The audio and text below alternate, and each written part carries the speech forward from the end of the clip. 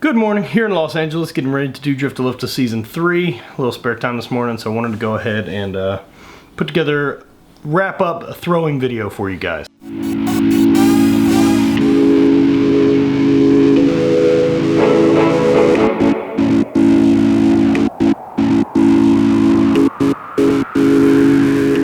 So video today is another breakdown of throwing. I hope these are working for you guys, trying to give some more information with as, some entertainment, infotainment. You need some infotainment. Anyway, here's that. This is a breakdown of my last stone training session as well as my weight throw. I'm gonna go through some of the things I think about and some of the reps I'm taking and why I'm doing what I'm doing, as well as the cues I'm thinking about trying to help some of you throwers out there.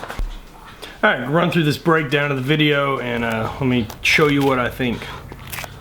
Apologize for not making eye contact with you. I'm gonna watch the video and I'll float in a box down towards the bottom.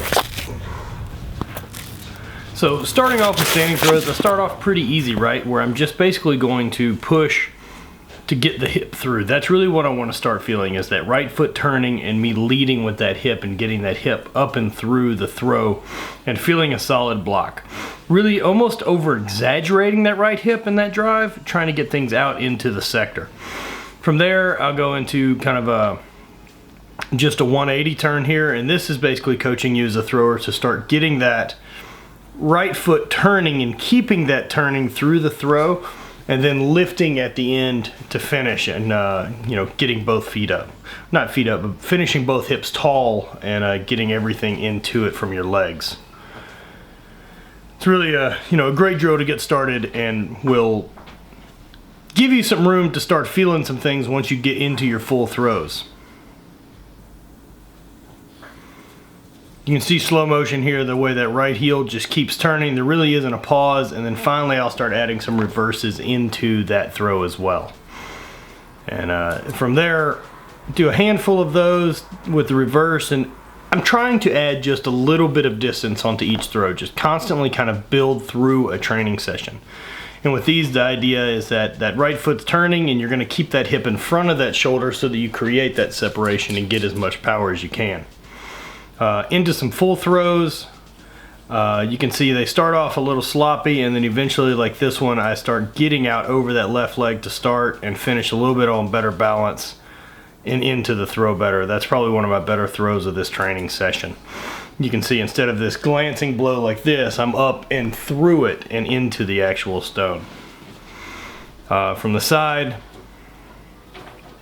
it's pretty decent. I'm pretty happy with that. Speed's actually feeling pretty good. I'm beat up, in need of a real deload week, and just gonna keep going from there. I'm really happy with how things have gone. You can see that kick through and watch that right foot keep turning all the way through the throw. And that's the big coaching point that I try to give people, is that right foot has to keep turning so that the right hip keeps leading your throw. And finally that pop when the left leg and the block starts to finally accelerate it up and through. And that's probably the number one key I could give anyone trying to throw further, is turn the right foot.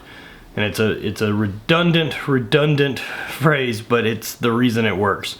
There's no doubt about it that that's the way it goes. So this is my last of my stone throws. I'm pretty happy with my right foot, how it's getting through. I'm still not quite extending that leg all the way, and I need to work on that. So after finishing stone, I end up working and getting into some weight throw, and those were actually pretty good. The weight felt all right. Start with the heavy, and I really didn't do any one turns or any of that since I was already warm from doing stone, but then I moved into the weight throw. Really keeping things pretty easy, and the first couple throws really just trying to feel some positions and then just lift on the finish. I'm not really punishing it. I mean, that's probably starting at 50% effort, just staying smooth. I found that with my weight, the smoother I can stay and the more on balance I can stay, the better things tend to work out for me. I can't really get too reckless with it. Again, you can see here, the feet keep turning. One of the things you'll see a lot of the younger guys do, and I've got some slow-mo breakdowns, but watch the way the right foot lands and that it keeps moving. And watch where it lands. A lot of people will land and it's almost pointing toward the back of the sector, and you can't really do anything with it there. So you've got to drive that heel around to where you can actually use your legs to start pushing on that implement to actually throw further. And as it lands there, it sinks and then the heel comes around. Really never getting on my heel, so I'm never really planting down and staying down for too long.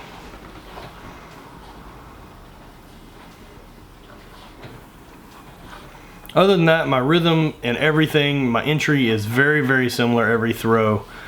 And my orbit here is not very steep. I don't run a very steep orbit. I'm trying to push that weight around. You can see from the cast, I sit back and push and then drive. I'm actually covering more ground on my cast than I would like to here.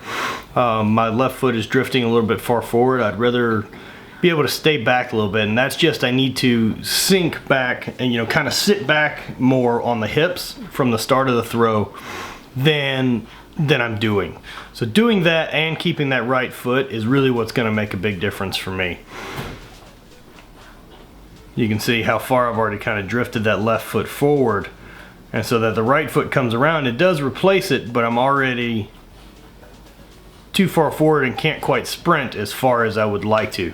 Really, the longer that you can sprint in that second phase, the further you're going to be able to throw. And here's a better look at the feet just to get an idea of what's going on. And these aren't perfect, but you can get an idea that they are loose and staying moving. They're never that planted toward the back of the sector, like I said, and then just lifting. If you can see that happening in your throw in slow-mo, you're missing a lot. And the hips really aren't going to be working for you too much.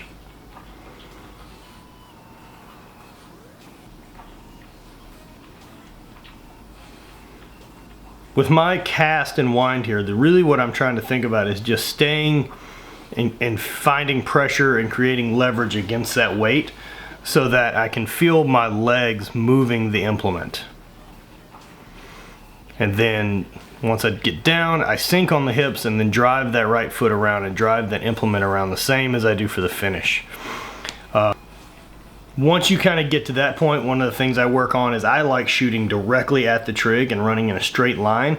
And the way I do that is when I land off of the cast, when my feet first hit, I push the weight down and back so that the low point of my orbit is directly behind the sector.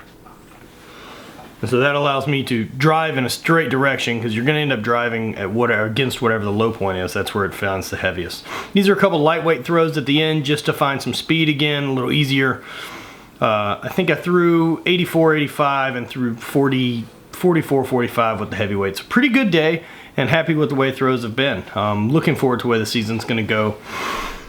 And should be good. So that's kind of a breakdown of that throw session. Those were all of the throws I took that day in the lightweight, the heavyweight, and the open stone. I hope these type of video breakdowns do something good for you guys. I know there's not a lot of vlog or entertainment, but I'd like to put these out as just guys who do care and want to start throwing further. So thanks a bunch. Spread hate, always party. Check everything out, and I'm gonna get to LA and enjoy some drift to lifting.